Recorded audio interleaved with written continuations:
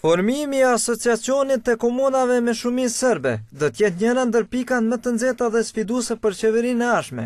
e cila pas certifikimit tashmë pritet të formohet në një afat të shkurtër kohor. Lista serbe e pati bojkotuar punën në kuvend dhe në qeveri, si shkak i mos përmbushjes së marrëveshjes të realizuar në Bruksel për formimin e asociacionit të komunave me shumicë serbe, ndërsa që e njëjta sërish do të jetë pjesë formuese e institucioneve të reja. Analisti politik Ramush Tahiri tha se asnjëri nga subjektet politike që do të udhëheqë me qeverinë nuk do ta ketë mundësinë që ta rikthejë asociacionin për një negociim, sepse është në interes të vendit që të përmbushen drejtat ndaj minoritetit serb. Pra tash mbetet që qeveria ta krijojë komisionin edhe me pjesëmarrjen e partive politike nga rrate serbe, edhe me ekspert, edhe me zyrtar të ministrive përkatëse dhe të përgatisë draft ligjin dhe statutin e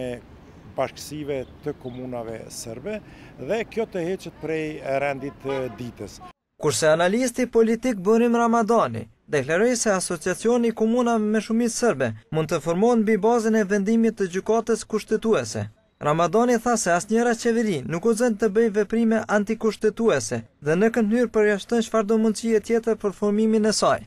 Tash, në parim, Serbia synon ta merr këtë Kosovën dhe jo vetëm ta bosnizojë atë, por se kornizimi që i ka bërë gjykata kushtetuese realisht e pamundson ushtrim të çfarëdo lloj pushteti të tretë. Ky asociacioni i dytë, madje nuk i jep as emrin asociacioni komunave me shumicë serbe, prandaj unë besoj që qeveria e re